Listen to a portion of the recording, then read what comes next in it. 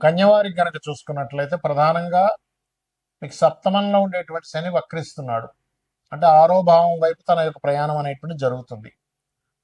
అలాగే ఇప్పుడు ప్రస్తుతం శుక్రకేతువులు 12లో ఉంటే శుక్రుడు కూడా రాశిలోకి వస్తాడు ఆగస్టు 2 నుంచి. ఈ జూలై 27వ తేదీ నుంచి డిసెంబర్ 10వ తేదీ వరకు ఉండేటువంటి గ్రహస్థితి ఏదైతే ఉందో ఈ వక్రించినటువంటి శని మూలంగా మీకు కలిగేటువంటి ఫలితాలు ఏమిటి, ఏ దేవత ఆరాధన చేయాలి, ఎటువంటి విషయాల పట్ల జాగ్రత్తగా ఉండాలి, మీ పర్సనల్ చార్ట్లో కూడా ఏదైనా గ్రహం వక్రించినప్పుడు మీకు ఎటువంటి ఫలితాలు వస్తాయి అనేటువంటి అంశాలు చెప్తుంది నేనైనప్పటికీ చెప్పిస్తుంది సాక్షాత్ లలితా అమ్మవారిగా భావిస్తూ ఆ లలితాంబిక అమ్మవారి యొక్క అనుగ్రహం మీకు పరిపూర్ణంగా కలగాలని మనస్ఫూర్తిగా కోరుకుంటూ, ఇక్కడ గమనించినట్లయితే ఎప్పుడైతే ఈ కన్యా లగ్నం అయిందో, కన్యా రాశి అనుకోండి, లగ్నం అనుకోండి, సప్తమంలో ఉండే గ్రహం వక్రించినందుకు ఏంటంటే కొంచెం ఈ వివాహ సంబంధించినటువంటి విషయాల్లో వెనక్కి వెళ్తూ ఉంటాయి ఈ 4.5 నెలలు కూడా. కాబట్టి మీరు కొంచెం నువ్వులు దానంగా ఇవ్వడము, శని భగవానుడి దగ్గర దీపారాధన చేయడము, కాస్త వెంకటేశ్వర స్వామి ఆలయానికి వెళ్తూ ఉంటే ఇది సెట్ అవుతుంది.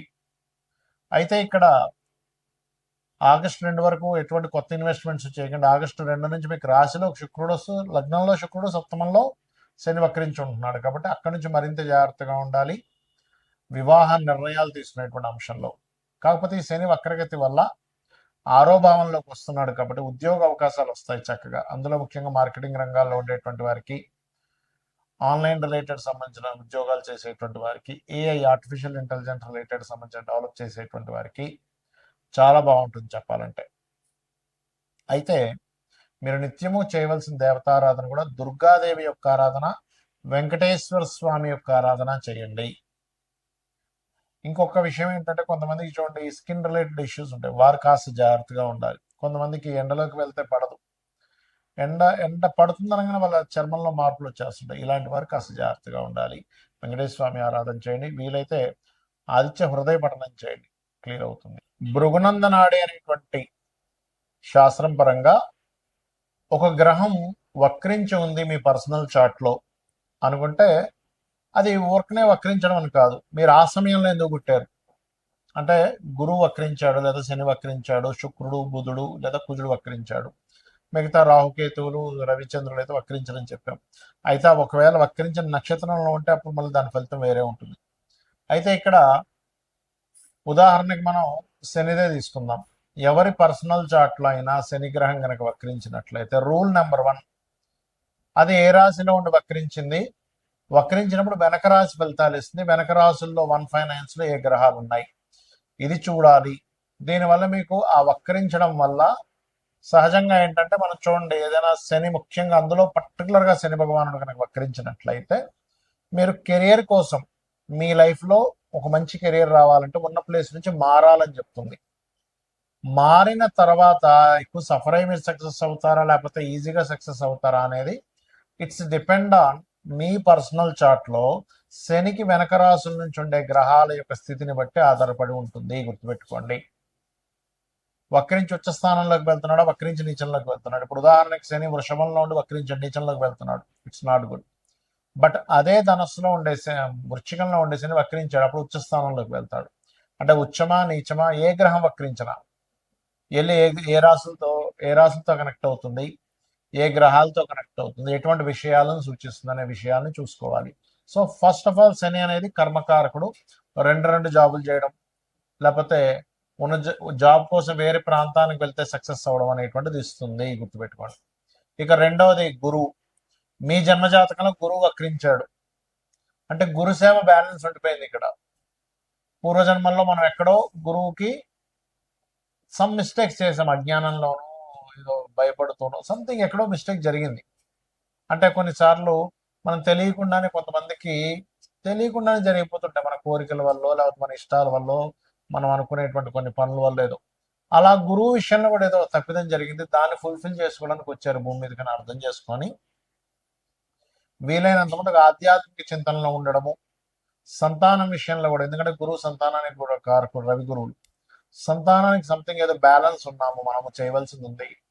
కొన్నిసార్లు చూడండి కొంతమంది ఇళ్లలో ఏంటో వీళ్ళ సంతానాన్ని కూడా ఈయనే చూసుకుంటున్నాడు, ఇంకా వాళ్ళు ఇంకా సెటిల్ అవ్వలేదు అంటూ ఉంటారు. ఇక్కడ ఏంటంటే రెండు విషయాలు. ఒకటి, వాళ్ళ జాతకాల్లో సెటిల్మెంట్ లేట్ ఉంటుంది. సమ్ టైమ్స్ వీళ్ళకి ఇంకా రుణం ఉంటుంది వాళ్ళకి చేయాల్సినవి. అంతా రుణానుబంధ రూపేణ పశుపక్ష సుతాలయ అంటుంటాం. సో అదేవిధంగా జ్ఞానము, జ్ఞాన సంబంధించిన దేవతా సంబంధించినవి షేర్ చేయడం వేరే వాళ్ళకి ఇది చేస్తుండాలి జూపిటర్ వక్రించినట్లయితే. అదేవిధంగా జీవుడు అని కూడా చెప్తారు నాడీ ఆస్ట్రాలజీలో. అది వక్రించినప్పుడు ప్రదేశం మారితే కూడా మంచిదా కాదా అనేది డిపెండ్ ఆన్ గురువు వెనక రాసుల్లో ఉండే గ్రహస్థితిని పరిశీలన చేయాలి. ఇక శుక్రుడు వక్రించాడు. ఒకటి గుర్తుపెట్టుకోండి, శుక్రుడు కనుక ఎప్పుడైనా మీకు వక్రించాడు అంటే మీ యొక్క జీవితంలో వివాహం అనేటువంటి విషయం ఖచ్చితంగా అది సప్తమంలో ఉండి వక్రించినట్లయితే వివాహం విషయం ఒకళ్ళని అనుకొని మిస్ అయ్యి మళ్ళీ ఇంకోళ్ళు చేసుకోవడం జరుగుతూ ఉంటుంది. అరే అనుకున్నామండి, దగ్గర దాకా అనుకున్నాం, మిస్ అయిపోయింది. లేకపోతే ఒక్కోసారి వివాహం అయి కూడా మళ్ళీ వాళ్ళు వద్దని కూడా వదిలేయడం లాంటివి జరుగుతుంటాయి ఎక్కువగా. రెండవది, శుక్రుడు వక్రించినప్పుడు ఆ యొక్క శుక్రగ్రహం వెనక రాసుల్లో ఉండే గ్రహాలను బట్టి మనం అబ్జర్వ్ చేయాలి. అంటే అలాగా శుక్రుడు వక్రించాడు, ఆ శుక్రుడు ఏ గ్రహాలతో కనెక్ట్ అవుతున్నాడు చూడాలి. మంచి గ్రహాలతో కనెక్ట్ అవుతున్నాడు వక్రించి, మీకు లగ్జరీకి లోటు ఉండదు, బ్రహ్మాండంగా లగ్జరీ లైఫ్ ఉంటుంది, ఫైనాన్షియల్గా మంచి గ్రోత్ ఉంటుంది, రెండు రకాలుగా ధనయోగాలు ఉంటాయి. ఎందుకంటే ఫైనాన్స్ కారకుడు కూడా శుక్రుడు కాబట్టి అలా. అదేవిధంగా బుధుడు వక్రించాడు అనుకోండి, ఎవరికైనా ఎవరి జన్మజాత చక్రంలో అయినా వాళ్ళ పర్సనల్ చార్ట్ లో బుధ గ్రహం వక్రించింది, అప్పుడు మీరు చేయవలసింది ఏమిటి అంటే ఎప్పుడు కూడా మీకున్న నాలెడ్జ్ని షేర్ చేయాలి. అంటే పూర్వజన్మల్లో నాలెడ్జ్ షేర్ చేయకుండా దాచేసుకున్నారు, ఏదో మీరు మీ ధర్మం నాలెడ్జ్ షేర్ చేయాల్సింది ఏదో వర్క్ ఉంది దాచేసుకున్నారు. ఇప్పుడు మీరు నాలెడ్జ్ షేర్ చేస్తేనే ఆ కర్మ అనేటువంటి తొలగుతుంది, గుర్తుపెట్టుకోండి. అదర్వైజ్ ఆ కర్మ తొలగదు. సో మీ నాలెడ్జ్, మీరు ఏదైనా ఆఫీస్లో చేస్తున్నారు, కొంతమంది ఉంటుంటారు చూడండి, ఇది ఎలాగో చెప్పంటే నువ్వే నేర్చుకో, నేను ఎందుకు చెప్పాలి నీకు అంటూ ఉంటారు. బుధుడు వక్రిస్తే మీరు అవతల వాళ్ళకి నాలెడ్జ్ షేర్ చేయడం వల్లే మీ యొక్క కర్మ కంప్లీట్గా క్లియర్ అవుతుంది, గుర్తుపెట్టుకోండి. అదేవిధంగా మార్స్, కుజుడు వక్రించాడు. కుజుడు ఈజ్ గొడవలు, లీడర్షిప్స్, అన్నదమ్ములు, వీటిని కూడా చెప్తూ ఉంటారు. బుధుడిని కుజుడిని కూడా అన్నదమ్ముల విషయంలో చెప్తూ ఉంటారు. అయితే ఇక్కడ ఏంటంటే సమ్ పూర్వజన్మల్లో ఉండేటువంటి కొంత వైరాలిటీ, గొడవలు, ఇలాంటివి ఏవో క్లియర్ చేసుకోవడానికి పుట్టాడు ఈ జన్మలో. అందుకే చాలా మందికి గొడవ అవుతూ ఉంటాయి, ఏంటో అర్థం కాదు, ఏంటంటే నేనేమి ఇదవని అయినా గొడవ వస్తూ ఉంటుంది అంటుంటారు. నేను ఏమీ చేయకుండా సైలెంట్ ఇంట్లో ఉన్న మైండ్కి వచ్చి మరి గొడవ పెట్టుకుంటున్నారండి అంటారు. ఎప్పుడు జరుగుతుంది ఎక్కువగా అది, ఆ వక్రించిన కుజుడికి శని సంబంధాలు ఉన్నప్పుడు ఎక్కువ గొడవలు అవుతుంటాయి, లేదా బుధ సంబంధాలు ఉన్నప్పుడు బాగా గొడవలు అయిపోతుంటాయి, వాదనలు అవుతూ ఉంటాయి. సో అక్కడ ఒక్కోసారి వక్రించి ఏమవుతుందంటే అదొక మంచి గ్రహంతో కలిసినప్పుడు కొంచెం గొడవలు క్లియర్ అయిపోతాయి, లేదా పూర్వజన్మల్లో అవి జరిగినటువంటి కొన్ని గొడవలు అవి క్లియర్ చేసుకోవడానికి పుడతారన్నమాట ఈ జన్మల్లో. సో వక్రగతి మీనింగ్ ఏంటంటే మీరు మరలా ఆ యొక్క కర్మని క్లియర్ చేసుకోవడానికి పుట్టారు, అది ఏ రకంగా క్లియర్ చేసుకోవాలి అనేటువంటి చెప్తుంది మన ఆస్ట్రాలజీ, జ్యోతిష్ శాస్త్రం.